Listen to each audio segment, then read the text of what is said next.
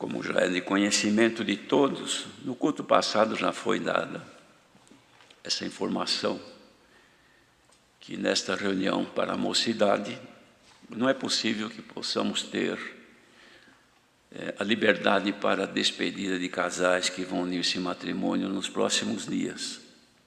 Não tem como, irmãos. Como já dissemos, só na Grande São Paulo temos 50 reuniões para a mocidade nos tempos dos cultos normais.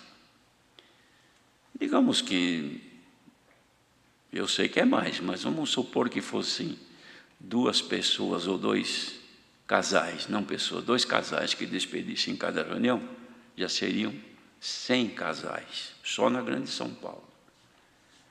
Cada casal são 2, então seriam 200 despedidas. 2 minutos cada um. Olha onde vai isso aí, 400 minutos. Então não há possibilidade de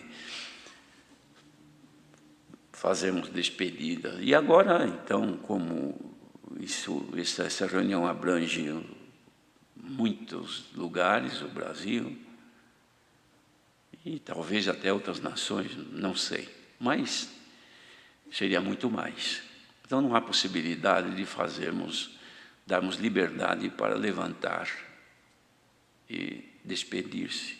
Pensamos até se fosse possível, os casais enviar um vídeo despedindo-se, e aqui então nós apresentávamos, mas também não é possível, mesmo assim, não tem possibilidade.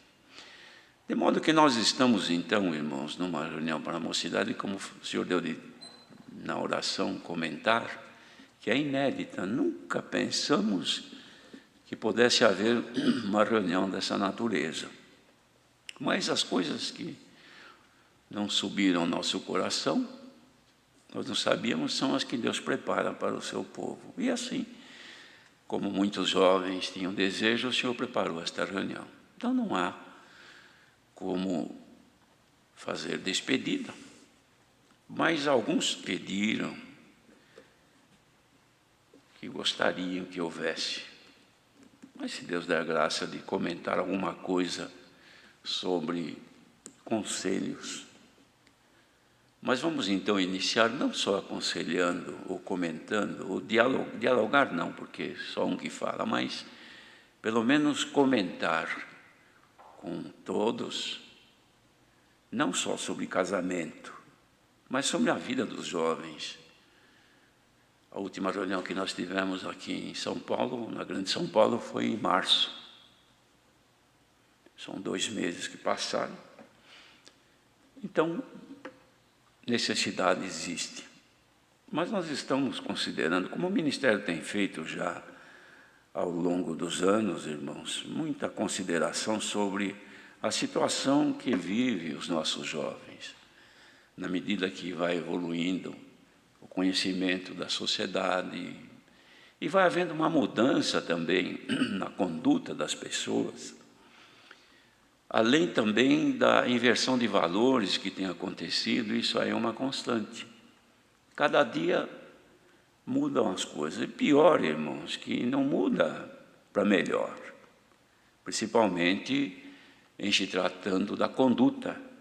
Não tem mudado para melhor, porque tem acontecido tanta coisa que, de certa forma, perverte os bons costumes que as pessoas traziam desde a formação do caráter familiar, humano, como principalmente cristão. E vão perdendo por conta das novidades do mundo. Então, há necessidade de uma constante renovação de conselhos, ensinamentos para os nossos jovens. Mas não temos essa possibilidade. Hoje Deus preparou, então, de fazermos aqui algum comentário, mas podemos dizer aos jovens, como a todos, mas principalmente aos jovens, cujo motivo é essa reunião, que a nossa vida é uma história que se escreve, cada capítulo é um dia, ou cada dia é um capítulo que se escreve. E aquilo que se escreveu ontem já ficou escrito. Quando um escritor faz um livro, não vamos pensar que ele começa a escrever um livro hoje e amanhã já está pronto. Dependendo do tema, dependendo do personagem que ele está usando, demora muito tempo para se escrever um livro. Só que ele não vai só escrevendo, de vez em quando ele dá uma lida lá do princípio outra vez. Relembra todos os temas que ele escreveu, analisa, porque antes de publicar, ele pode consertar. Não é assim? A nossa vida também é assim. Tem muita coisa que dá para consertar, que nós escrevemos ontem, mas hoje ainda é possível. Quem não tem fé e não tem Deus no mundo, ou seja, no mundo não, que no mundo não tem fé em Deus no seu coração, então não conserta o que escreveu ontem. Mas quem creu no Filho de Deus e tem a fé no Senhor, está na graça dele, sempre haverá um recurso para de vez em quando dar uma lidinha no que foi escrito a semana passada, ontem, não é? E dar uma acertada, porque tem coisa que ainda há possibilidade de arrumar.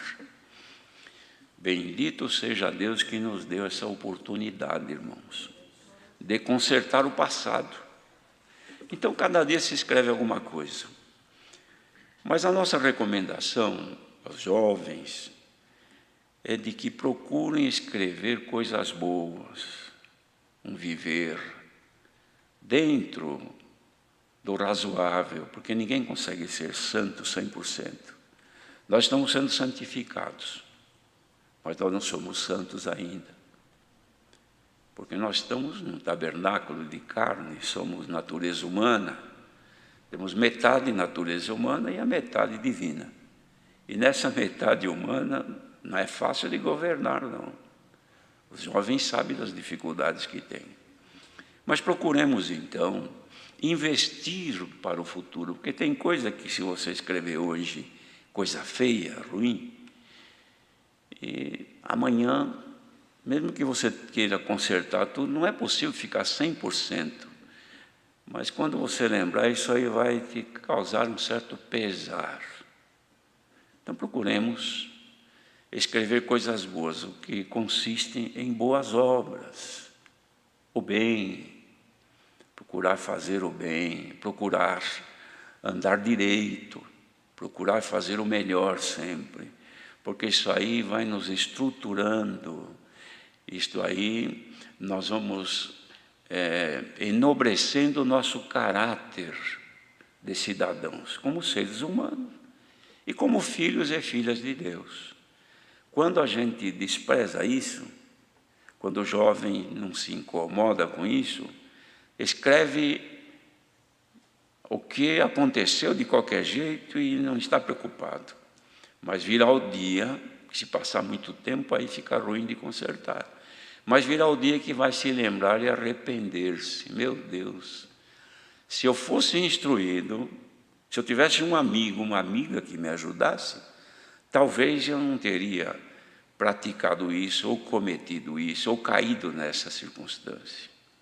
Então, o conselho é bom e é necessário. Conselho para jovens nas reuniões da mocidade, eles não são preparados, escritos, estudados. Eles vêm na inspiração que Deus dá. E como nós sabemos que conselhos dados pelo Senhor são bons, ainda que colidam com os nossos princípios, mas vindo de Deus será sempre bom. Então deixamos aqui este cuidado que vocês devem ter em manter um caráter de cristãos. Se esforcem para serem fiéis, porque fidelidade é agradável a Deus. E não só a Deus, a própria sociedade. É tão bom conversar com uma pessoa que é íntegra, ou melhor, que tem integridade no seu viver e é fiel. Então a gente acaba confiando na pessoa, não no sentido de que ela seja alguma coisa importante para nos salvar, mas acreditar na pessoa, que é tão ruim conviver com pessoas que a gente não acredita nela. Mas aquele que adquire esta confiança pela sua conduta, pela força de alimentar um caráter cristão, vai reforçando o seu caráter e não deixa a personalidade também mudar. Então vai formando uma pessoa de confiança perante a sociedade, a família e perante Deus principalmente. Isso faz com que a pessoa procure sempre ter um viver bom dentro do lar, pacificamente, porque felicidade é uma situação que a gente tem que buscar, tem que investir. É igual fruto. Quem quiser colher fruto tem que semear, não é? É claro que hoje se compra tudo já, porque alguém plantou. Mas alguém plantou para nós. Então, felicidade, a gente tem que semear para colher. Fazer feliz os que estão em volta de nós, nós teremos retorno de felicidade.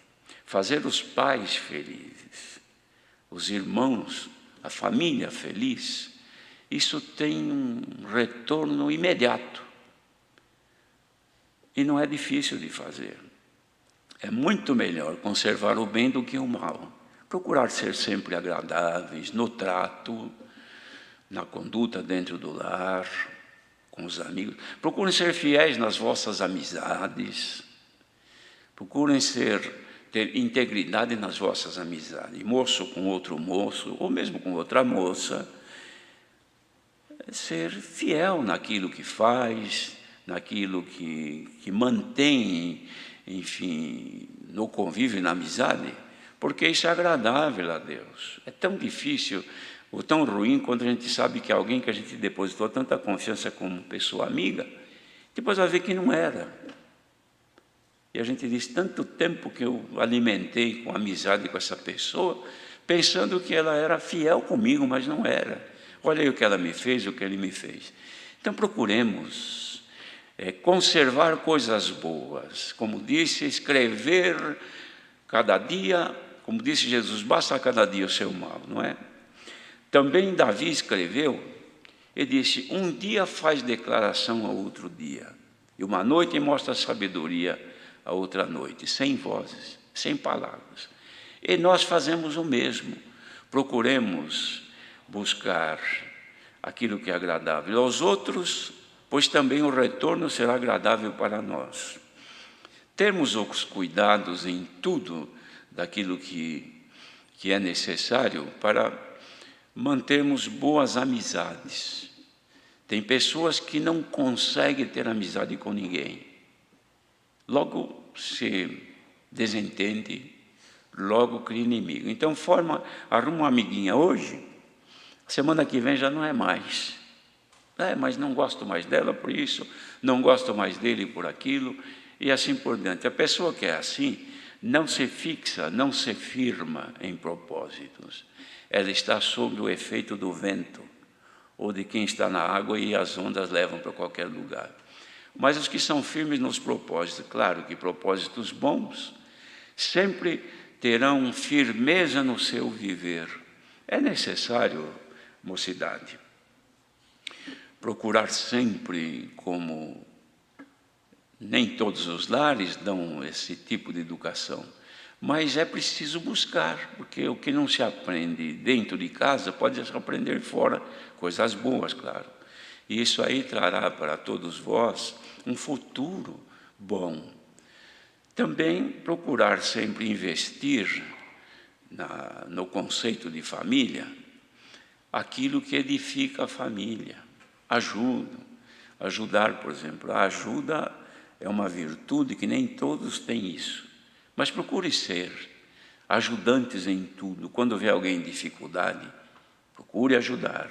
Quando vê um idoso que está em dificuldade, tenha a disponibilidade ou a disposição de ajudar. Numa condução, por exemplo, vocês estão ali viajando no ônibus, no metrô, em qualquer lugar, e apareceu alguém uma idade maior e não tem onde se sentar, seja gentil, procure oferecer o que é bom.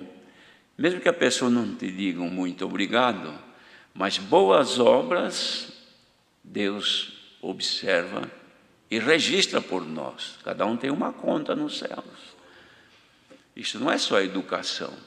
Boas maneiras, isso aí faz com que nós estejamos crescendo no bem perante Deus. Uma das situações que a inversão de valores provocou no mundo, antigamente, alunos na classe e professores, o relacionamento era de um respeito muito grande. Respeitar o mestre, o professor, era o dever dos alunos. Os pais ensinavam. Os pais ensinavam os filhos a ter respeito com os professores. Hoje não é mais assim. O aluno não chama mais de professor, chama de você, não respeita, contende, briga, se exalta perante um professor, perante a professora. Vocês veem que nas escolas por aí, a maioria tem assim uma conduta jamais vista no passado. Mas isso aí hoje, para as pessoas, ou seja, para a juventude que não conhece a Deus, isso aí é qualidade. Briga com o professor, briga com o diretor da escola, enfrenta e assim por diante. E depois paga a pena, mas mesmo pagando, não reconhece. Por quê? Porque os valores se inverteram.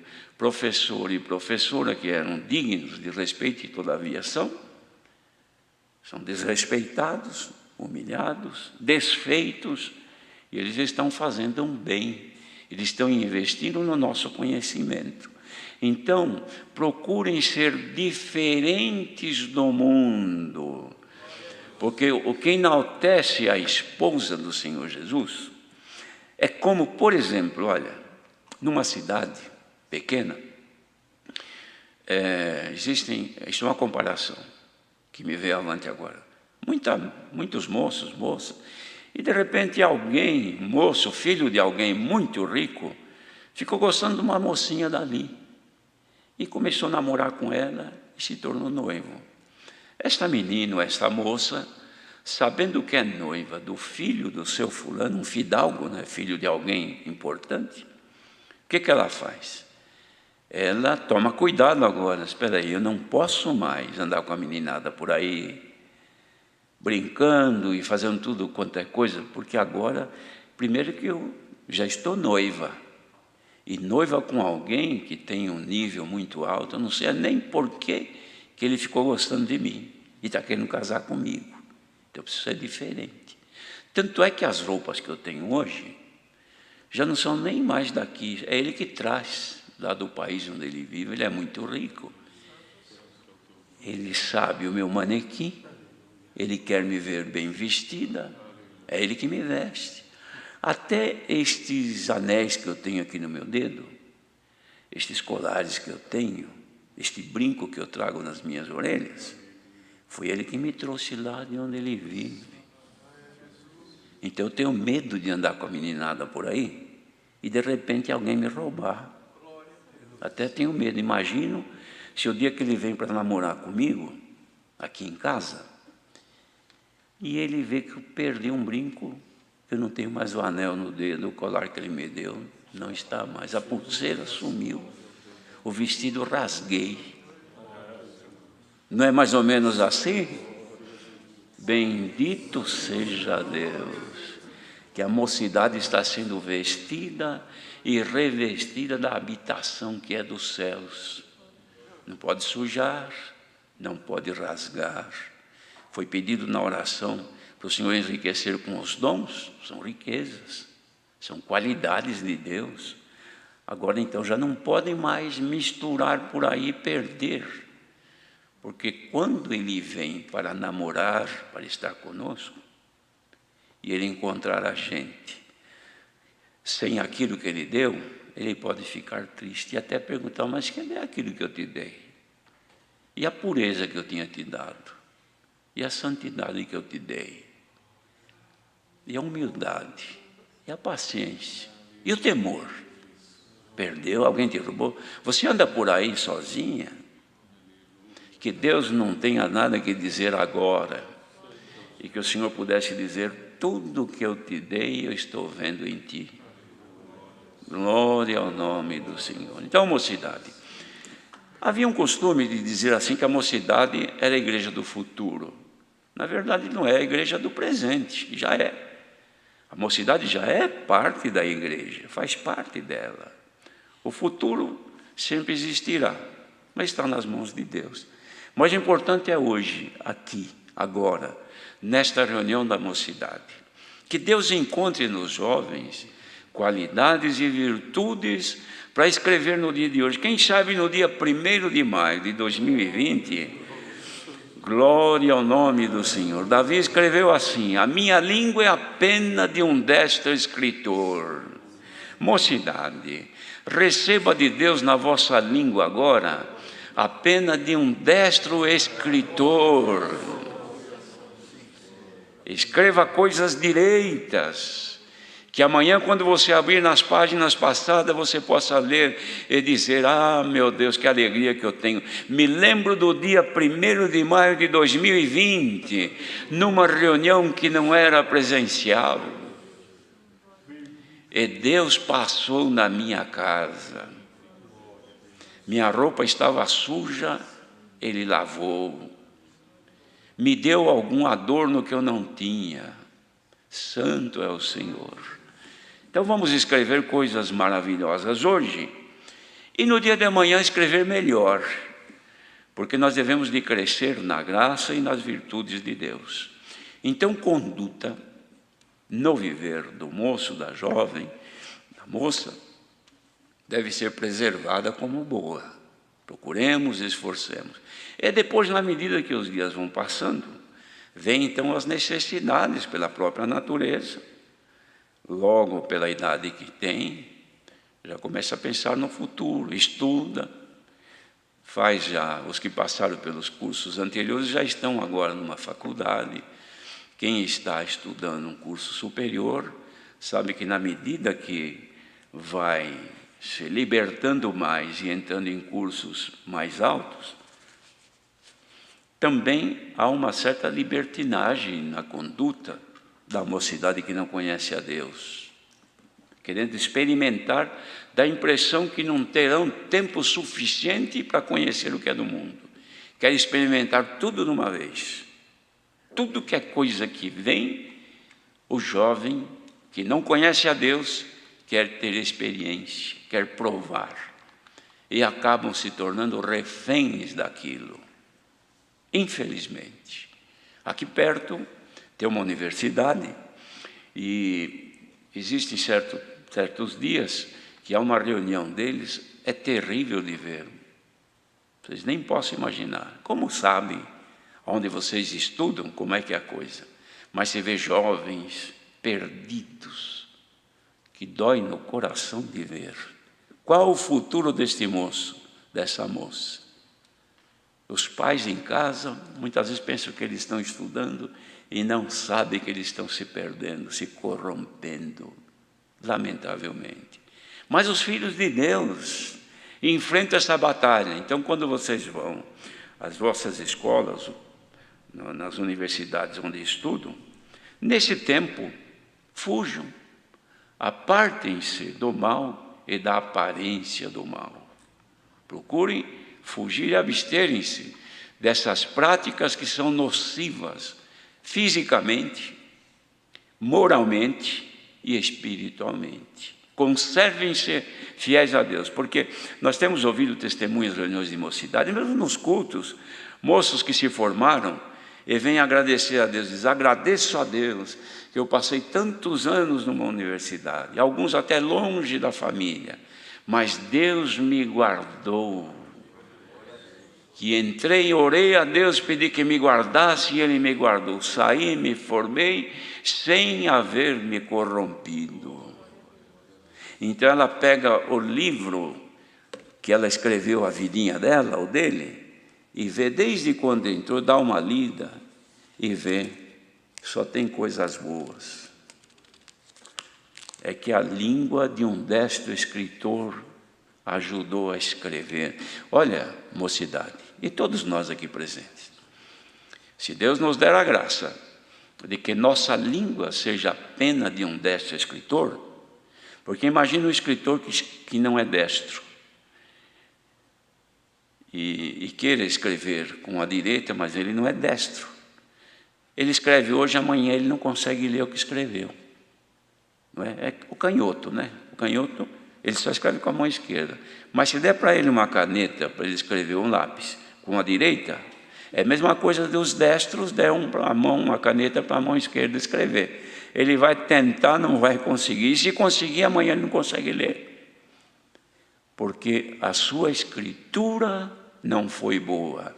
Mas se Deus der graça de nós escrevermos coisas boas, nosso futuro será brilhante nesta terra e na graça do Filho de Deus.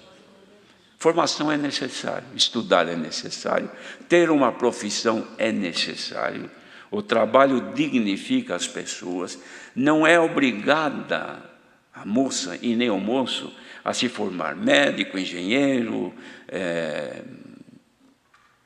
enfim, qualquer curso na área do direito, seja lá do que for. Não é obrigação. É claro que se puder ir fazer, bom é que tenha esse conhecimento. Mas profissão precisa ter. E toda profissão torna o profissional digno do seu salário. E nós precisamos saber fazer. Inclusive, mocidade, aproveitamos aqui esse espaço. Podemos continuar falando? Louvado seja Deus. O moço e a moça precisam saber fazer as coisas, não é só encomendar, não é só exigir. Tem moço e moça que tudo quer que se faça para ele, a mãe tem que fazer tudo, e nunca se dedica a fazer. Ela deve ser dedicada também aos afazeres. Isso traz, primeiro que faz bem fisicamente e psiquicamente também. É tão ruim não ter o que fazer e não saber fazer nada. Imagine nesses dias agora de quarentena, que o sujeito não sabe fazer nada, não sabe trocar uma lâmpada, nem pregar um prego, nem arrancar um prego. E prego tem em todo lugar. Não sabe apertar um parafuso, nem desapertar. Não sabe nada. E não tem interesse. Então precisa interessar-se pelas coisas. Por quê? Porque tudo quebra em casa, não é? Desmancha. Então vamos procurar dedicar-nos a fazer as coisas, a aprender. Tudo é necessário nessa vida. Tudo. Eu já vi moça que dirigindo o carro, furou um pneu, ela imediatamente desceu, foi lá, trocou o pneu e não deu nem confiança, não precisou pedir para ninguém, nem ficar parado olhando e esperando que alguém viesse. E se não pode também, deu um jeito e se virou. Por quê? Porque tem iniciativa. Iniciativa precisa ter para tudo. Agora, o futuro exige que tenhamos iniciativa para as coisas e predisposição para fazer também. Procuremos nos ater a isso aí, porque isso é de grande importância para um futuro de paz e para a felicidade também. Outra coisa também que recomendamos é que, quando vai chegando o tempo, já sente a necessidade de constituir um lar, que Deus prepare um par. Se é moço, espera que o Senhor prepare uma irmãzinha para ser sua esposa e vice-versa. Isso aí é perfeitamente natural.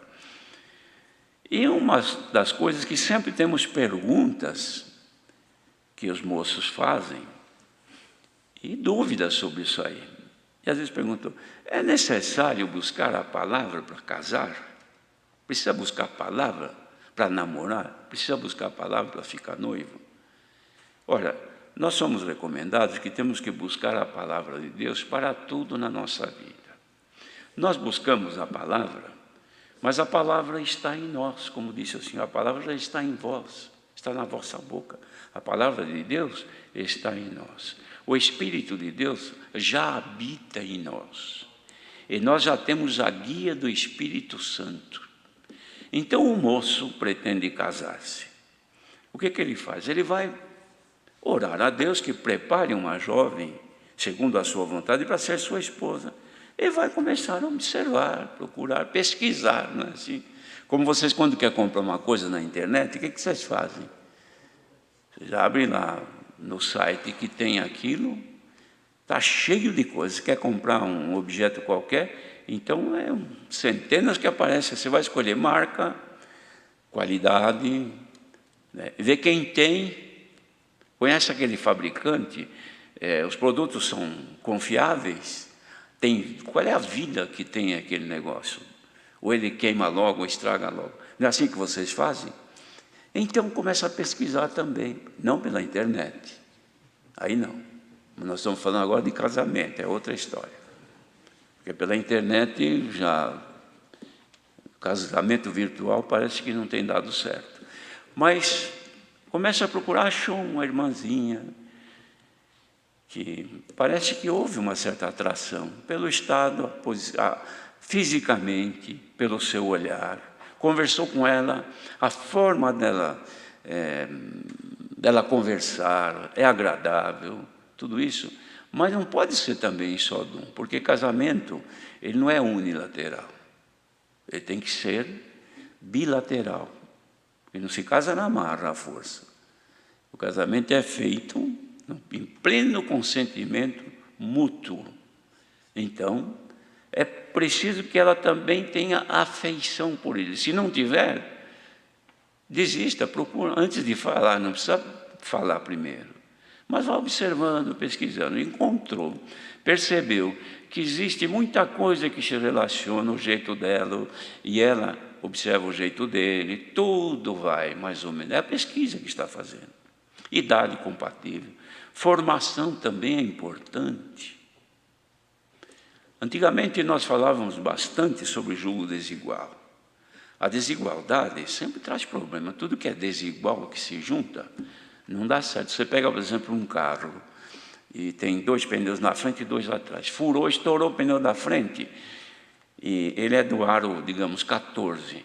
Aí você pega, chega aí, não tem, põe um de aro 17.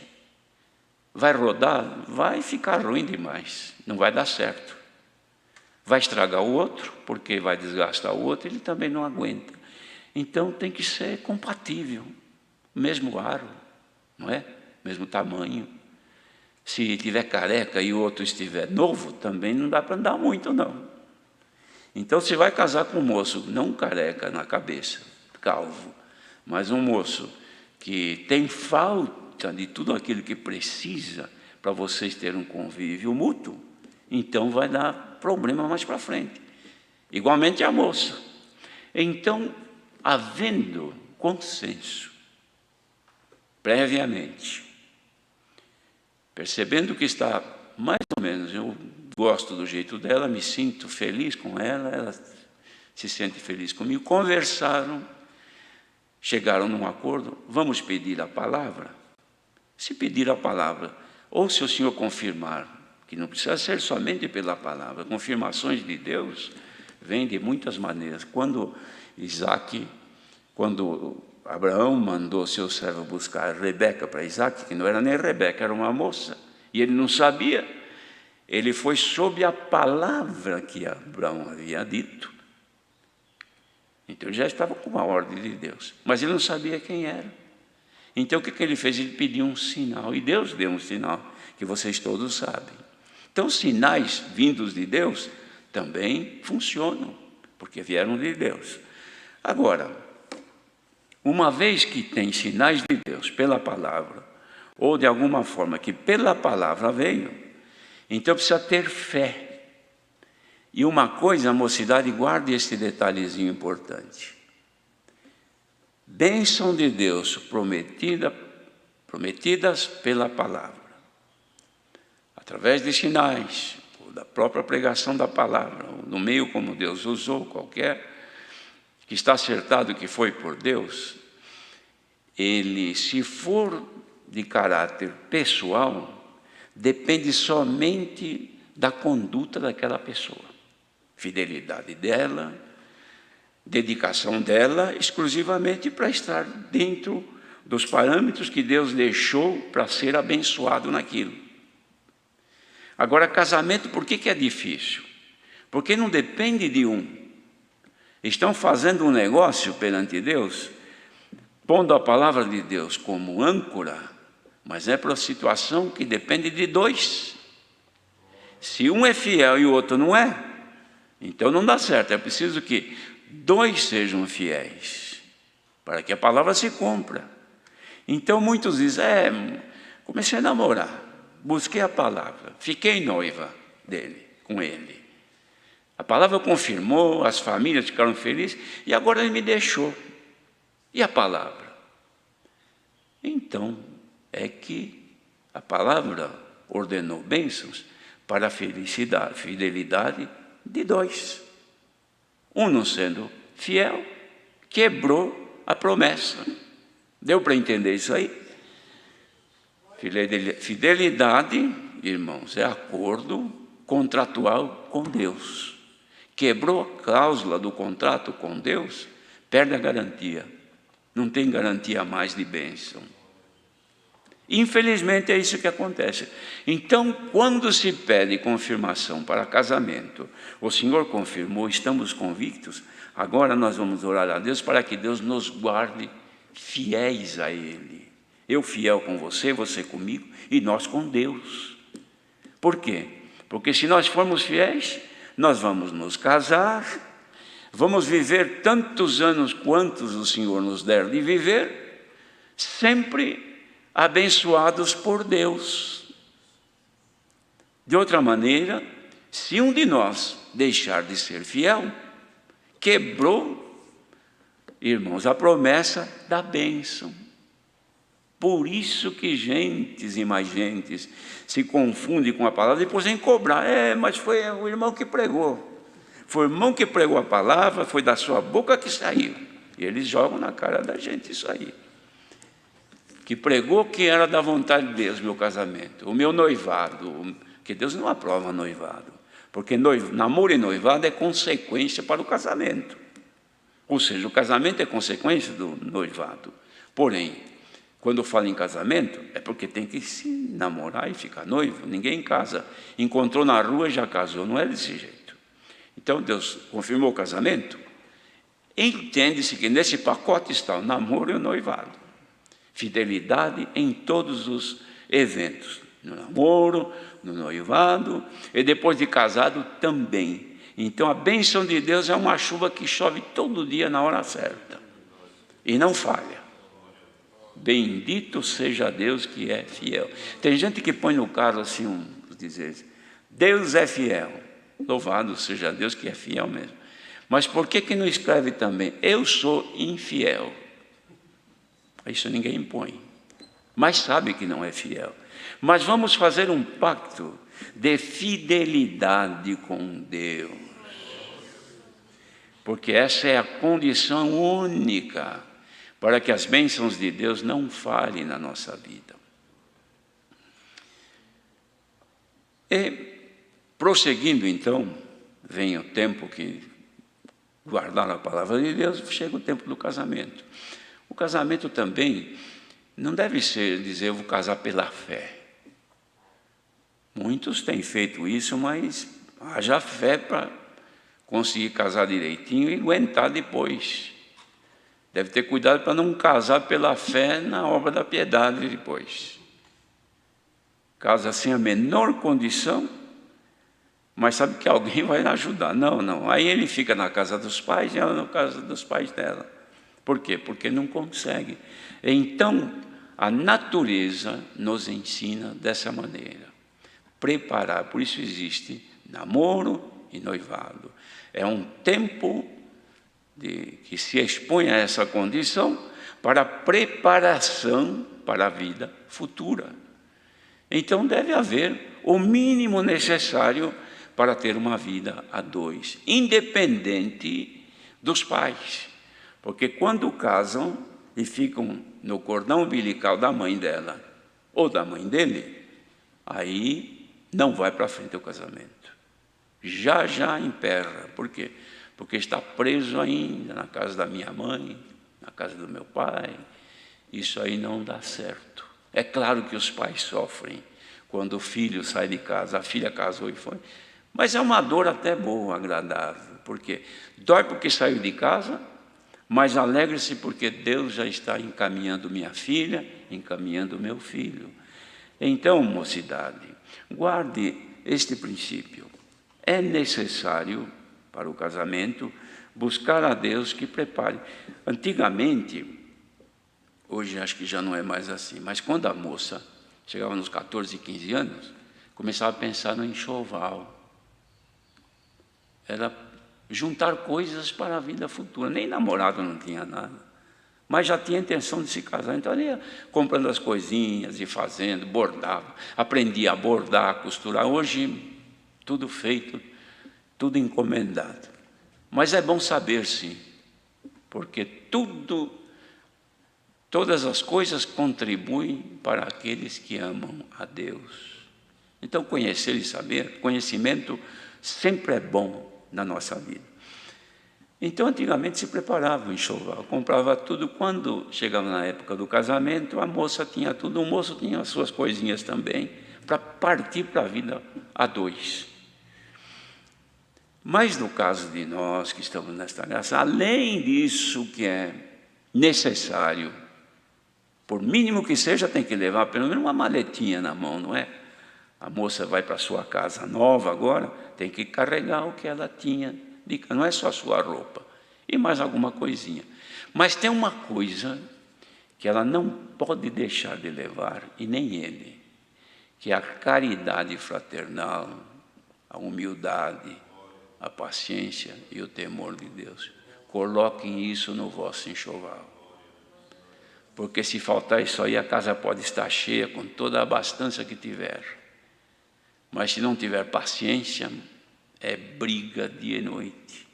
Se não tiver humildade, por qualquer coisa já empina e vai para frente, briga e contende. Se não temer a Deus, então são os dois que vão embora. E se não tiver caridade fraternal, um pouquinho de amor que tinha, era a mesma coisa dessas plantinhas que nascem no telhado. O vento seca e some. E o amor deve ser cuidado. Se não tiver caridade, isso aí logo acaba. E de repente tem acontecido tanto, depois de poucos meses de casado, separar. Mas o que foi? Não gosto mais dela, não amo mais ele, perdi o amor. Por quê? Porque não tinha essa virtude da caridade.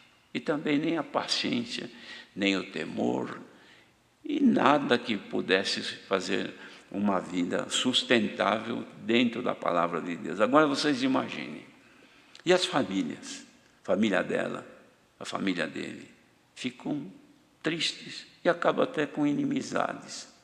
Aí vem o dia da Santa Ceia, vão participar, a família dele não conversa mais com a família dela, separaram, ele está aqui, ela está lá, não quer ver mais a cara do outro, odeiam-se e amavam-se antes.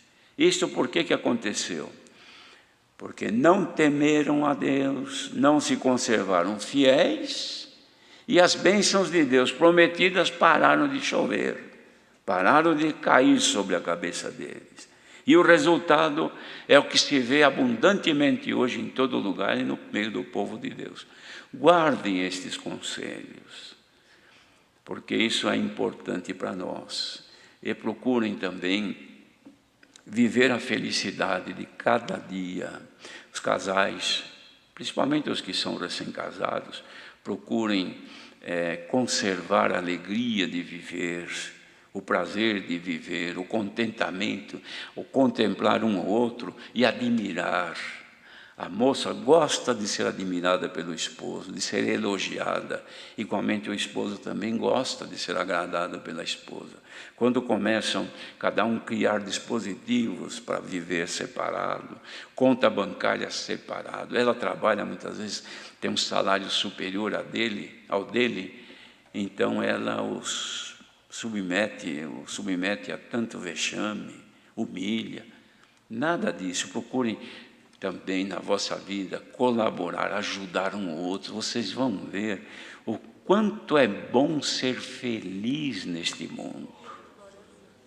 Sabe por quê, mocidade? Porque passa muito rápido.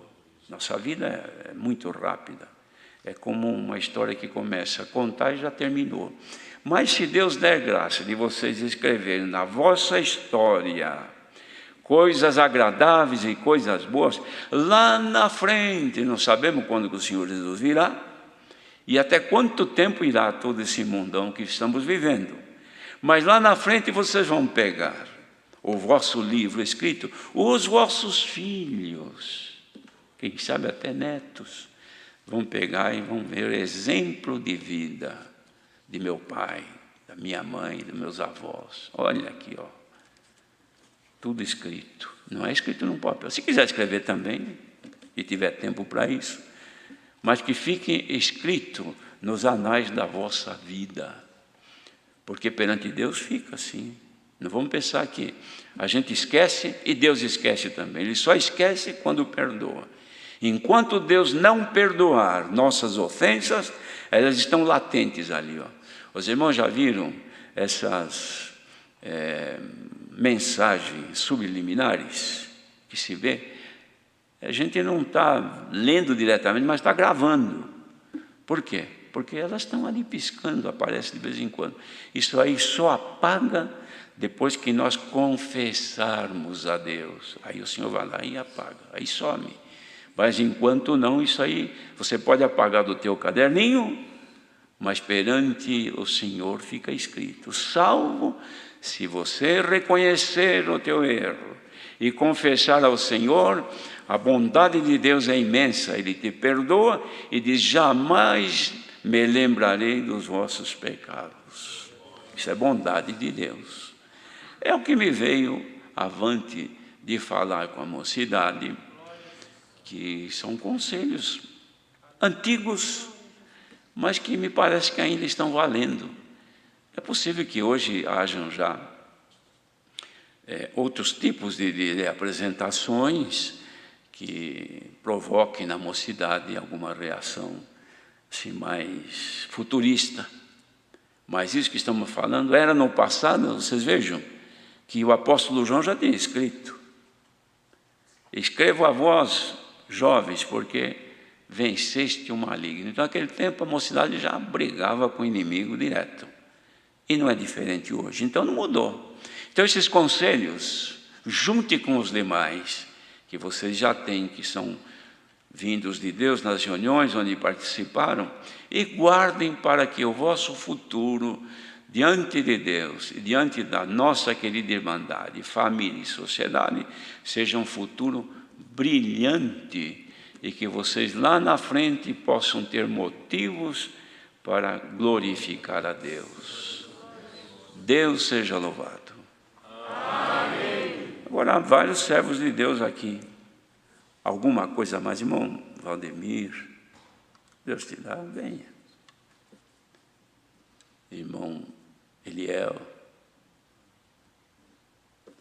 nosso irmão Eliezer, o irmão, os demais aí que já não lembro o nome de todos, lá, o irmão Vladimir. Louvado seja Deus, irmãos. Mas de tudo que se falou, vamos aguardar que, na bondade de Deus, Ele mande dos céus o conselho pela sua palavra. Antes, porém, com respeito aos que vão se despedir para casar, eu vou voltar.